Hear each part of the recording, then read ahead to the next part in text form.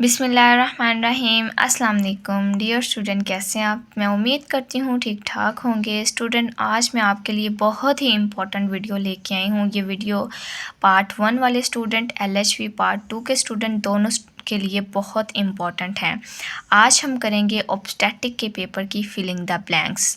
आपको मैं 10 filling the blanks करवाऊंगी जो पेपर पॉइंट ऑफ व्यू से बहुत ज़्यादा इम्पॉर्टेंट हैं और जो बार बार पेपर में रिपीट हो रही हैं। तो चलते अपनी वीडियो की जाने, वीडियो स्टार्ट करते हैं। और आपसे एक छोटी सी रिक्वेस्ट है कि चैनल पर फर्स्ट टाइम है तो ज़रूर सब्सक्राइब कर दें और वीडियो को लाजमी लाइक किया करें और एक अपना प्यारा सा कमेंट किया करें ताकि मेरी भी हौसला अफजाई हो। First, filling the blanks an injection which is obligatory in antenatal care. Antenatal care या एंटीनेटल पीरियड दोनों वर्ड यहाँ पे यूज़ हो सकते हैं। वो कौन सा इंजेक्शन है जो कि एंटीनेटल केयर में बहुत ज़्यादा ज़रूरी होता है? आपको थोड़ा सा हिंट दे देती हूँ। वो इंजेक्शन हम प्रेगनेंसी के 7 और 8 मंथ में यूज़ करवाते हैं। और वो कौन सा इंजेक्शन है, जिनको पता है वो पहले ही कमेंट कर दें और जिनको नहीं पता उनको मैं बता देती हूँ। उस इंजेक्शन का नाम है टेटनस। टेटनस का इंजेक्शन है जो बहुत ही ज़्यादा ज़रूरी होती है एंटीनेटल केयर में। ओके, नेक्स्ट जो फिलिंग द ब्लैंक्स हैं वो है जी the placenta completely formed and functioning. ठीक है, कब प्लेसेंटा कंप्लीट फॉर्म होता है और कब उसका फंक्शन स्टार्ट होता है, वो कौन सा पीरियड होता है, वो कौन सा वीक होता है जब प्लेसेंटा जो है कम्प्लीटली फॉर्म्ड हो जाता है, बन जाता है और फंक्शन प्रॉपरली स्टार्ट कर देता है। तो जिनको नहीं पता उनको मैं बता देती हूँ। 12 वीक में जो है जो प्लेसेंटा जो है ना वो फॉर्म्ड हो जाता है, कंप्लीट बन जाता है और उसके बाद वो फंक्शन स्टार्ट कर देता है, फंक्शन परफॉर्म करता है। ओके, नेक्स्ट हमारी जो खाली जगह है वो क्या है जी? The outcome of pregnancy depend on ability of uterus to accommodate the growing. अच्छा जी, इसको जो है ना थोड़ा सा हम समझ लेते हैं।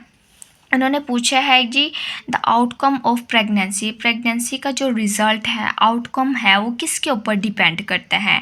Depend on ability of uterus, uterus की एबिलिटी के ऊपर टू अकोमोडेट द ग्रोइंग, यानी यूट्रस में क्या चीज़ ग्रो कर रही है। आपको पता चल ही गया होगा, जिनको नहीं पता उनको मैं बता देती हूँ। Accommodate the growing fetus, uterus के अंदर फीटस ग्रो कर रहा है। जो प्रेगनेंसी का आउटकम है इन दो चीज़ों के ऊपर डिपेंड करता है, एबिलिटी ऑफ यूट्रस और इसके अलावा ग्रोइंग फीटस। ओके हो गया। चलें जी, बिस्मिल्लाह, आगे हम चलते हैं जी चौथी खाली जगह के ऊपर। The inflammation of endometrium of uterus is called. अच्छा जी, यूट्रस के अंदर जो है ना इन्फ्लामेशन है, कोई इन्फेक्शन है, तो यूट्रस के इन्फेक्शन को यूट्रस में जो एंडोमेट्रियम लेयर है उसके इन्फेक्शन को हम क्या बोलेंगे, इन्फ्लामेशन को हम क्या बोलेंगे? जिनको पता है वो तो कमेंट में लाजमी बताएं और जिनको नहीं पता मैं बता देती हूँ, उसको हम बोलते हैं एंडोमेट्रियोसिस। एंडोमेट्रियोसिस ये ऐसी खाली जगह हैं जो कि पेपर में बार बार पूछी जाती हैं। ओके हो गया। तो आपने इस तरह, जिस तरह मैंने ये फिलिंग द ब्लैंक्स लिखी हुई हैं, बिल्कुल सेम एज इट इज़ आपने अपने रजिस्टर के ऊपर लिख लेनी है और इसके आंसर भी आपने लिख लेने हैं।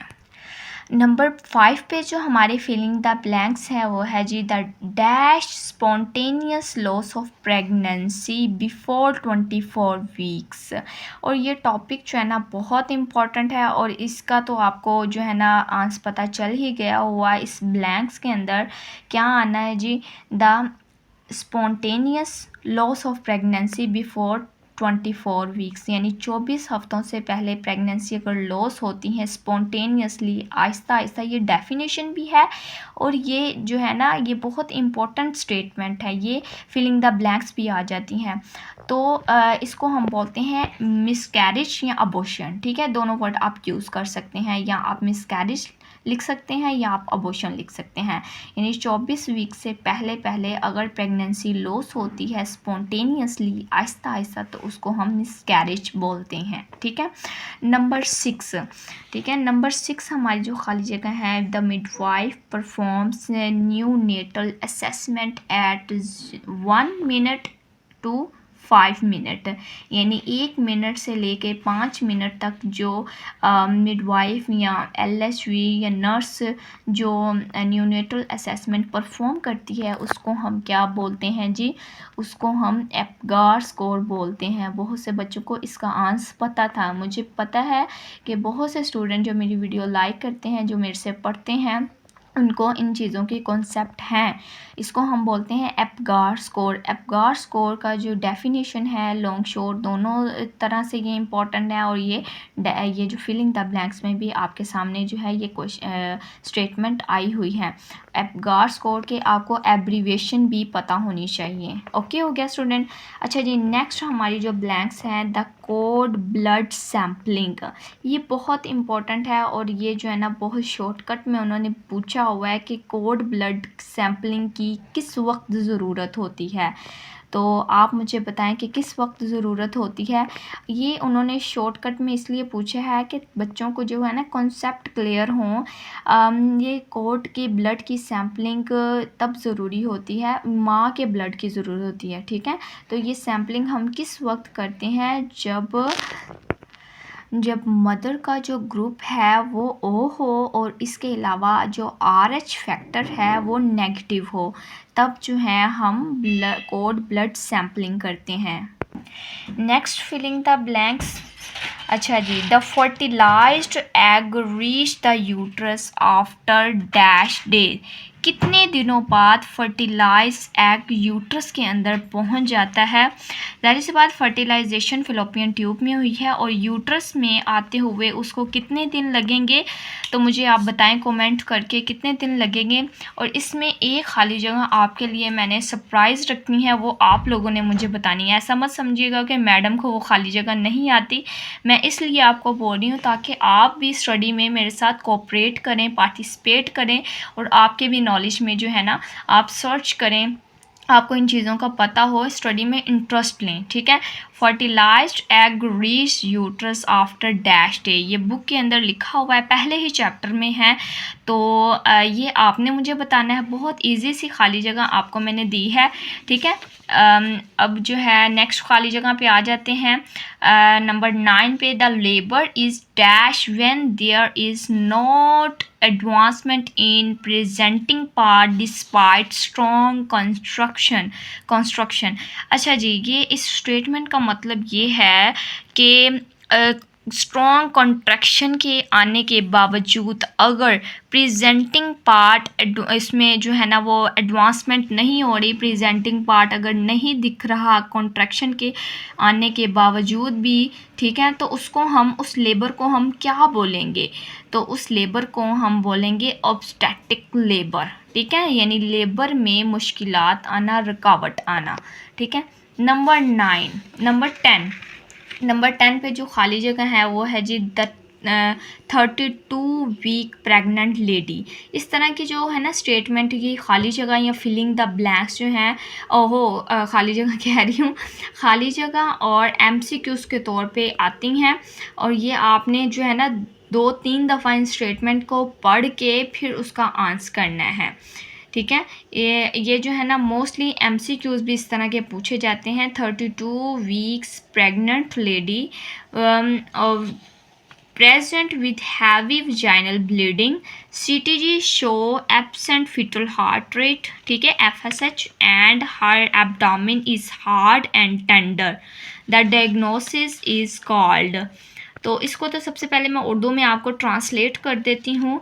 ये 32 वीक की जो है ना वो प्रेग्नेंट हुई है, एक औरत है जो कि प्रेग्नेंट है और 32 वीक हैं। ठीक है, और उसमें जो है ना हैवी वजाइनल ब्लीडिंग हो रही है और CDG जब हमने किया तो शो हुआ है fetal heart rate absent show हुई है। और उसका जो ज़ाहिर सी बात जो फीटल हार्ट रेट एब्सेंट होगी तो उसका एब्डोमेन ऑटोमेटिकली जो है ना हार्ड और टेंडर हो जाएगा, सख्त हो जाएगा। तो उस डायग्नोसिस को हम क्या बोलेंगे, इसको हम बोलेंगे अब्रप्शो प्लेसेंटा। ओके हो गया। अब रप्चर प्लेसेंटा की वजह से जो है ना उसको जो है हैवी वजाइनल ब्लीडिंग होगी। यहाँ से ही पता चल देते हैं ब्लीडिंग की वजह से जो है ना उसका जो प्लेसेंटा रप्चर हो रहा है। ज़ाहिर सी बात है जो बेबी फीटस है उसको तो हम जो है वो नहीं बोल सकते ना कि वो ब्लीडिंग उसमें से हो रही है। तो प्लेसेंटा अक्सर ही जो है ना प्लेसेंटा में जो है वो ब्लीडिंग प्लेसेंटा की वजह से जो है ना उसकी हैमरेज की वजह से अब्रप्शो प्लेसेंटा की वजह से वजाइनल ब्लीडिंग होती है। और इसमें जो है ना फीटल हार्ट रेट भी जो है ना वो एब्सेंट शो होता है और एब्डोमेन हार्ड हो जाता है, टेंडर हो जाता है। तो इसका आंसर है अब्रप्शो प्लेसेंटा। ठीक है, तो स्टूडेंट्स होपफुली कि आपको ये वीडियो अच्छी लगी हुई होगी और आपके लिए काफ़ी ज़्यादा हेल्पफुल रही होगी। तो ज़रूर चैनल को सब्सक्राइब कर दें, वीडियो को लाइक कर दें और इसी तरह आपने जो है ना पेपर की प्रिपरेशन करते रहना है। और टाइम टू टाइम आपको मैं जो है ना important questions, important filling the blanks, MCQs इसी तरह करवाऊंगी। और मुझे उम्मीद है कि आपको इस वीडियो देखने का बहुत मज़ा आया होगा। तो इंशाल्लाह मिलते हैं नेक्स्ट वीडियो में इंशाल्लाह मैं आपको करवाऊंगी ओप्स और ओप्स नर्सिंग के मोस्ट इम्पॉर्टेंट क्वेश्चंस। और ये भी सरप्राइजिंग वीडियो है और ये सारे क्वेश्चंस आपको करवाऊंगी जो कि पेपर पॉइंट ऑफ व्यू से बहुत इम्पोर्टेंट है ताकि आपकी पेपर की अच्छी तैयारी हो सके। Thank you so much. Next video तक के लिए अल्लाह हाफिज़।